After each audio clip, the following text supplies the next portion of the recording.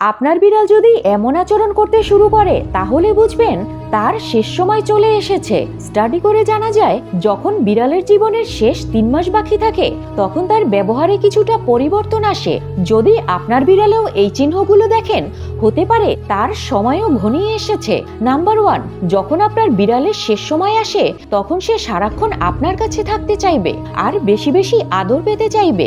এটা তার শেষবারের মতো বাই বলার ধরন। নাম্বার 2, দুর্বলতা আর ঘুমানো। বিড়াল তার শেষ সময়ের দিকে অনেক বেশি শুয়ে থাকে আর তার ভেতরে এনার্জি একদমই থাকে না।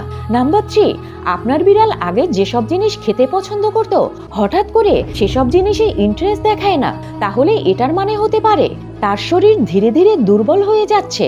নাম্বার 4, নিজেকে পরিষ্কার করা বন্ধ করে দেওয়া।